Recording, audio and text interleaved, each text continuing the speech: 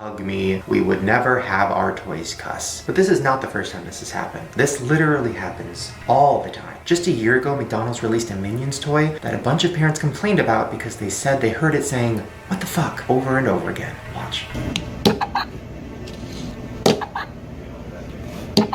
Now, of course, McDonald's came out and said, no, that's not what it said. It was just gibberish. But sometimes toys say something that sounds so clear that the people in charge have to be like, fuck. The worst one was back in 2011 when Toys R Us was selling this talking baby doll, and it said, "You crazy bitch." Check it out. Okay, crazy bitch. Yeah, that literally said crazy bitch. Like, it actually, without a doubt, said that. Okay, crazy bitch.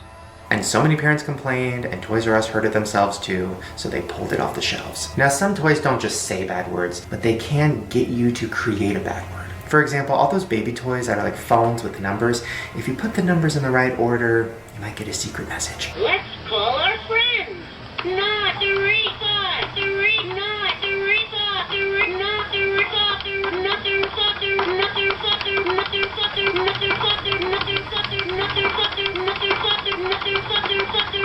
Okay, so now that you've heard all these toys cussing, the theory basically is that the toy companies are owned by something bigger, maybe the Illuminati. And the point is to brainwash your kids and send them subliminal messages of bad words, of sex, of wanting money, of wanting power. Literally, the whole point of giving your kids toys is to fill their brains with things that you want them to know. I mean, it sounds crazy, but is it? I mean, my parents never cussed around me, so how did I learn how to cuss at such a young age? I don't know. All I know is when I'm a parent, my kid's playing with a fucking lemon or a fucking banana, and that's it. Okay, so this next conspiracy theory is kind of touchy, and it is really intense. And that is the theory that Michael Jackson was actually murdered. So as you guys know, back in 2009, Michael Jackson died of an overdose of propofol. The doctor who gave it to him's name was Conrad Murray, and he was charged with killing Michael Jackson. Mainly because a doctor should know not to give somebody that much of that medicine, and he gave him too much. But there's a theory that Conrad was kind of the scapegoat, and that somebody else wanted to murder Michael Jackson, and they used Conrad to do it. Now, our first piece of evidence comes from Paris Jackson, who is Michael Jackson's daughter. Now, before we get started, I just want you guys to know that I am not trying to exploit Michael Jackson. This isn't about me, like, making some crazy story up about his death. I truly do believe that there is more to the story of his murder than we know, and I really fucking want justice for it. I also have a personal connection to Paris, his daughter. We know each other and we talk. And after she came out in this interview and said this stuff, I was like, fuck it, I'm making a video. I've wanted to talk about this for a long time. Let's do it. So first, let's talk about Then they asked her if she thinks he was murdered, and she said, "All arrows point to that. It sounds like a total conspiracy theory, and it sounds like bullshit, but all the real fans and everybody in the family knows it. It was a setup. It was bullshit." Now, Paris isn't the first person in the Jackson family to say that they think Michael was murdered. His sister LaToya did an interview not too long after he died, and she said some pretty scary shit. Do you think it's murder? Absolutely. Absolutely. I said it in the beginning, and I believe it to this day. You must remember, Michael told me repeatedly that they were going to kill him, that he was going to die. And who did it?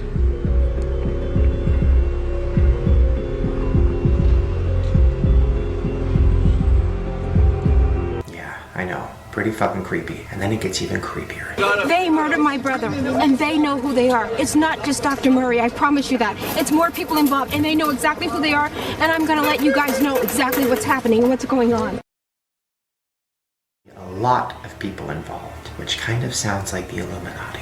Check it out. So there are people in the background? There are people in the Pulling background. strings? Yes, absolutely. Okay, so now that we've heard his own daughter and his own sister say that they think he was murdered, let's talk about the theories as why somebody would murder him. Now, the first theory is AEG. Now, AEG is a company that promotes concerts. And before he died, Michael Jackson was going to go on his final tour called This Is It, and AEG was in charge of promoting it. Now, a lot of people think that AEG knew that Michael was sick and that his health was not good enough to do this tour. And people think that they pushed him too hard, and that's what led to his death. Here's what Paris said about that. AEG Live does not treat their performers right. They drain them dry and work them to death. Now, AEG does a lot of concerts, including Justin Bieber's, and Paris had something pretty scary to say about that too. Now, she went went to one of Justin Bieber's concerts, and she said this afterwards. He was tired, going through the motions.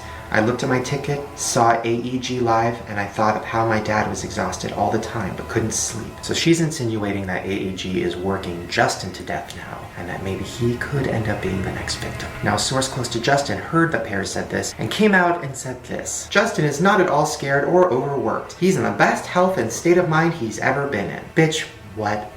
Listen, it does not take a conspiracy theorist to call bullshit on that one. Best state of mind he's ever been in. I can't even. That to me sounds like somebody doing some fucking damage control. Now, just to show even more what AEG has been through, they also are being sued by Christina Grimmie's family because they did not give the proper security for her concert, which led to her death.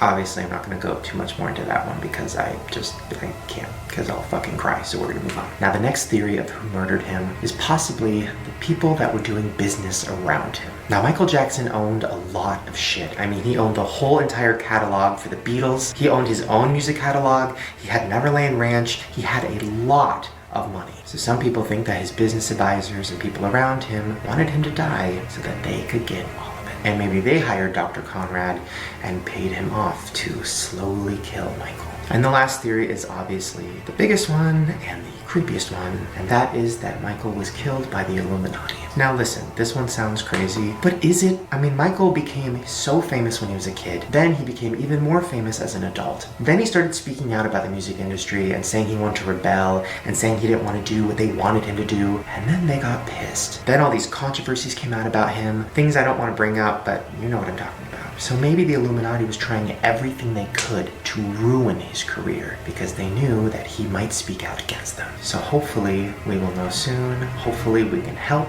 and hopefully we can finally get justice for her dad. Alright, so let's move on to a conspiracy theory that's a little lighter, but also still fucks me up. And that is the theory that Jack Dawson from the Titanic is also Jay Gatsby from The Great Gatsby. Okay, I know, it sounds crazy, but it actually kind of makes sense. Alright, so Jack Dawson was a poor guy who won a ticket onto the Titanic in 1912. He attends the first class dinner, he's hanging out with all the fancy people, he starts to like it. Then he gets in trouble for stealing Rose's diamonds, which he didn't do, although we never saw that, so maybe he did. Then, what if he survived? You know, like we saw him float down, but what if his heart started again? What if he survived? What if he got on land, pawned all the diamonds, got a bunch of money, then spends the next 10 years building up his business, building up his wealth, and then in 1922, 10 years later, becomes The Great Gatsby. And by the way, has a shady past that he doesn't like to talk about, and has a fear of swimming pools and water. I know, that one is pretty fucking stupid, but it is crazy to think about, like, what if that is in the same universe? Because the timeline makes sense, his age makes sense, and personality-wise, they were pretty similar. Okay, speaking of movie conspiracies, this next one is actually really interesting, and I really fell down a hole reading about this one. And that is the theory that the character Riley from Inside Out is actually bi-gender. Okay, so as you guys know, the movie Inside Out is about a little girl who's going through a lot. She's dealing with a lot of emotions. And we see inside of her head her emotions. We see anger and sadness and whatever. Now, the emotions in her head are male and female. And then later on in the movie, you see the emotions in the dad's head. And check those out. With a nice pass over the reed, comes across that right. Right, they're all male. Now, what about the mom's emotions?